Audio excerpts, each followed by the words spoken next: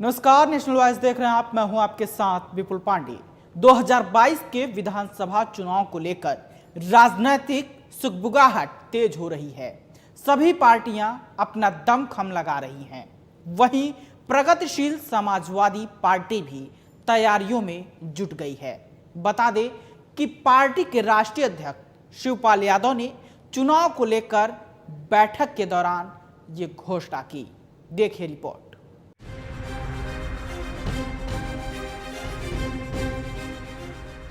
2022 के विधानसभा चुनाव की तैयारियां हुई तेज। प्रगतिशील समाजवादी पार्टी भी लड़ेगी चुनाव। राष्ट्रीय अध्यक्ष शिवपाल यादव ने की घोषणा। प्रगतिशील समाजवादी पार्टी संपूर्ण उत्तर प्रदेश में गांव-गांव पदयात्रा अभियान चलाएगी। इस पदयात्रा का उद्देश्य राज्य के हर गांव में पहुंचना और पार्टी और राष्ट्रीय अध्यक्ष के विचारों को जनता तक पहुंचाना है। पार्टी संकल्प को गांव-गांव पहुंचे बसपा जन के पांव के नारे के साथ आगे बढ़ाएगी।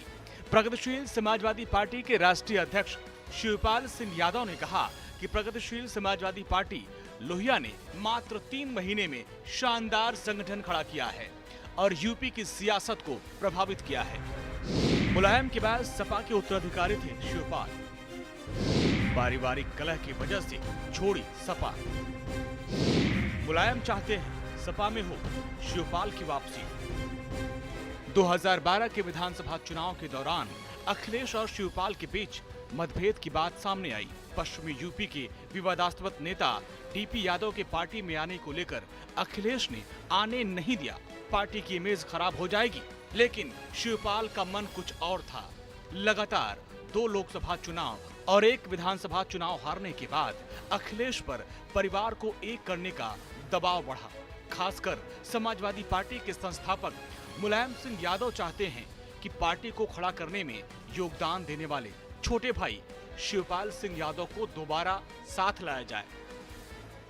सूत्रों के मुताबिक मुलायम का कहना है कि जब धुर विरोधी कांग्रेस और बीएसपी के साथ गठबंधन हो सकता है तो शिवपाल को साथ लाने में क्या परहेज है, लेकिन अखिलेश यादव इसके लिए तैयार नहीं है।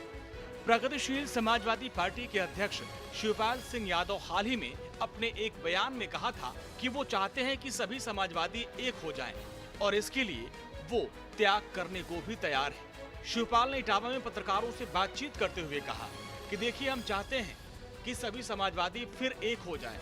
इसके लिए हमने पूरा त्याग करने को भी कहा है। देखिए, हम चाहते हैं कि सभी समाजवादी फिर से एक हो जाएं। इसके लिए हमने तो पूरा त्याग करने के लिए कह ही दिया है, लेकिन हम जनता के बीच में अगर ऐसा नहीं होता है तो हम अपनी प्रगतिशील के और जनता के बीच में जो जनता की राय है और जो जनता निर्णय रखेगी उस निर्णय को हम लेकर के 1922 की लड़ाई को भी लड़ेंगे। अमित शाह के तर्ज पर किया यूपी में प्रचार। कोऑपरेटिव के जरिए हर जिले में सपा की पकड़ बनाई। समाजवादी पार्टी से अलग होकर प्रगतिशील समाजवादी पार्टी बनाने वाले शिवपाल सिंह यादव के संघर्ष की बात करें तो 90 के दशक में ये जिला पंचायत इटावा के अध्यक्ष बने, लेकिन इन्होंने अपनी राजनीति को कोऑपरेटिव से शुरुआत की। जो काम अमित शाह गुजरात में बीजेपी के लिए किया करते थे, वही काम शिवपाल ने उत्तर प्रदेश में समाजवादी पार्टी के लिए किया। कोऑपरेटिव के जरिए हर जिले में समाजवादी पार्टी की पकड़ बनाई। यूपी सहकारी ग्राम विकास बैंक लिमिटेड लखनऊ के अध्यक्ष बने और 1996 में पहली बार यूपी विधानसभा पहुंचे। 1997-98 में विधानसभा की अनुसूचित जाति और जनजाति से जुड़ी समिति के सदस्य बने। एक वक्त आया जब समाजवादी पार्टी के महासचिव बनाया गया उनको। फिर मुलायम सिंह की सरकार आई तो वो कैबिनेट मंत्री बने। जब मायावती की सरकार बनी तो शिवपाल यादव नेता प्रतिपक्ष रहे। मुलायम सिंह यादव के उत्तराधिकारी के तौर पर शिवपाल सिंह यादव को देखा जाने लगा, लेकिन साल 2012 विधानसभा चुनाव में मुलायम के बेटे अखिलेश यादव की सक्रियता बढ़ गई और जिसने इस पर फुल स्टॉप लगा दिया। उस समय शिवपाल बड़े नाराज हुए। किसी जमाने में समाजवादी पार्टी ने वंशवाद के सिद्धांत को धुतकारा था, लेकिन अपने बेटे के मामले में मुलायम भाई को भूल गए। उस वक्त भी शिवपाल को मना लिया गया था। और अखिलेश को मुख्यमंत्री बना लिया गया। जो भी हो, शिवपाल सिंह का कद समाजवादी पार्टी में बहुत ऊंचा था। ये बात मुलायम सिंह यादव भी मानते हैं। तभी तो शिवपाल को हमेशा मना लाते थे। शिवपाल का यूपी के बाहर उतना रौला नहीं है, लेकिन राज्य में उनकी पकड़ बहुत है।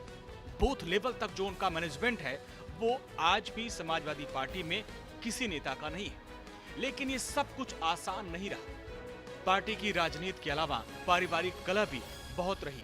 समाजवादी पार्टी में मुलायम के बाद शिवपाल ही ऐसे व्यक्ति हैं जिनकी यूपी के हर जिले में पकड़ है। Bureau report, national voice.